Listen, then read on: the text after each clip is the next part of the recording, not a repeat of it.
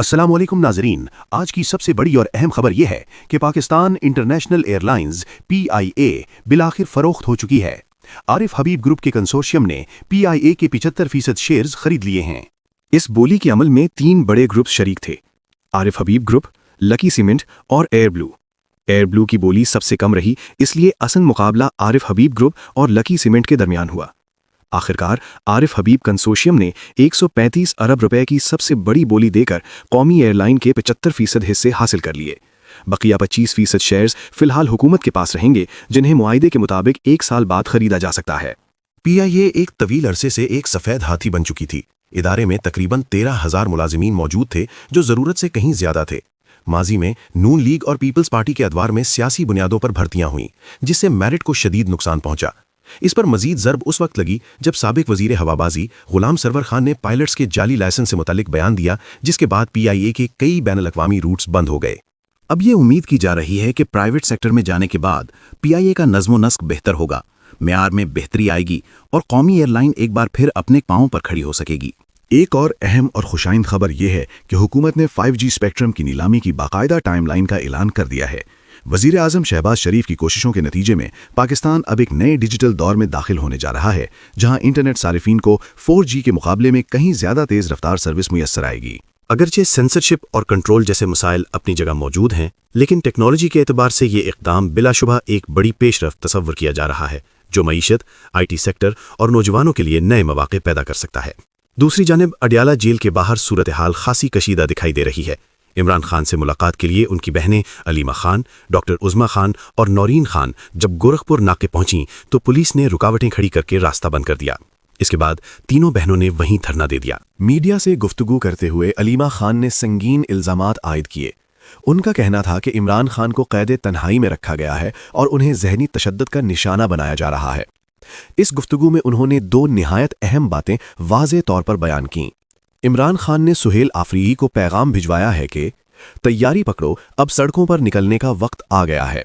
इमरान खान ने यह भी 2 टोक अल्फाज में कहा है कि जो भी मुज़ाकरात की बात करेगा वो PTI का हिस्सा नहीं समझा जाएगा।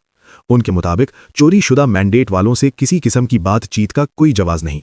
यूं मजमूई तौर पर सूरत हाल ये जाहिर कर रही है कि एक तरफ हुकूमत टेक्नोलॉजी और मईशत में पेशरफ्त की बात कर रही है, तो दूसरी तरफ सियासी महाज पर कशीदगी मजीद बढ़ती जा रही है और आने वाले दिन मुल्की सियासत के लिए निहायत फैसलाकुन साबित हो सकते हैं। सीनियर सहाफ़ी अंसार अब्बासी के मुताबिक तहरीक तहफ़्फ़ुज़ आईन पाकिस्तान की हालिया कॉन्फ्रेंस के अंदर एक अहम मगर खामोश इख्तलाफ सामने आया। उनके मुताबिक PTI की सीनियर क़यादत बिलखसूस बैरिस्टर गोहर और असद कैसर और नासिर अब्बास की सरबराही में एक बाज़ाब्ता मुज़ाकराती कमेटी के क़याम का ऐलान किया जाए।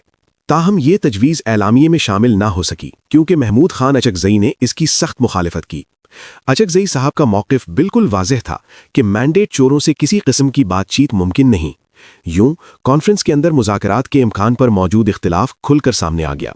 दूसरी जानिब वफाकी काबीना के इजलास में वजीर आजम शहबाज शरीफ ने यह मौक़िफ़ इख्तियार किया कि अगर PTI वाकई मुज़ाकरात के लिए संजीदा है तो हुकूमत बातचीत के लिए तैयार है। ताहम उन्होंने साथ ये भी वाज़े कर दिया कि ब्लैकमेलिंग, दबाव और गैर कानूनी मुतालबात पर किसी किस्म की बात नहीं होगी। इसी तनाज़र में मुस्लिम लीग नून के रहनुमा तारिक फजल चौधरी ने तो एक वाज़े तारीख भी दे दी है। उनका कहना है कि 8 फरवरी 2026 यानी इंतखाबात के 2 साल मुकम्मल होने तक इमरान खान से किसी किस्म की मुलाकात नहीं होगी। ये बयान सियासी महाज पर सख्ती और फासले की एक और अलामत समझा जा रहा है। सियासी मंजरनामे में एक और अहम और दिलचस्प पेशरफ्त ये सामने आई है कि वजीर आजम शहबाज शरीफ ने लाहौर में अपना बाकायदा दफ्तर खोल लिया है। सियासी हलकों के मुताबिक ये कदम महज इंतजामी नहीं बल्कि सियासी एतबार से भी गैर मामूली अहमियत रखता है, जो आने वाले दिनों में पंजाब की सियासत पर असरअंदाज हो सकता है। यूं मजमूई तौर पर सूरत हाल ये बता रही है कि ना मुज़ाकरात पर इत्तेफाक है, ना तसादुम की सियासत खत्म होती दिखाई दे रही है और मुल्क एक बार फिर एक फैसला कुन सियासी मरहले में दाखिल होता नजर आ रहा है।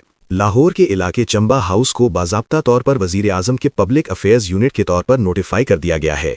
यहाँ 2 कोऑर्डिनेटर्स इमरान गुराया और तौसीफ शाह अवामी शिकायत सुनेंगे और उन्हें मुतालिका फोरम्स तक पहुँचाएंगे। ये पेशरफ्त इसलिए गैर मामूली अहमियत रखती है कि अब तक मरियम नवाज पंजाब को अपनी वाज़े टेरिटरी समझती रही हैं और माजी में शहबाज शरीफ ने भी पंजाब के मामलात में बराह रास्त मुदाखलत से गुरेज किया। ایسے میں لاہور میں پی ایم آفس کے عملی قیام نے سیاسی حلقوں میں کئی نئے سوالات کھڑے کر دیے ہیں کہ آیا یہ انتظامی فیصلہ ہے یا آنے والے دنوں کی کسی بڑی سیاسی حکمت عملی کا حصہ؟ سیاسی محاذ پر ایک اور گرما گرم معاملہ سامنے آیا ہے۔ پیپلز پارٹی کی سینیٹر پلوشہ خان اور وفاقی وزیر علیم خان کے درمیان تلخی اب کھل کر سامنے آ گئی ہے۔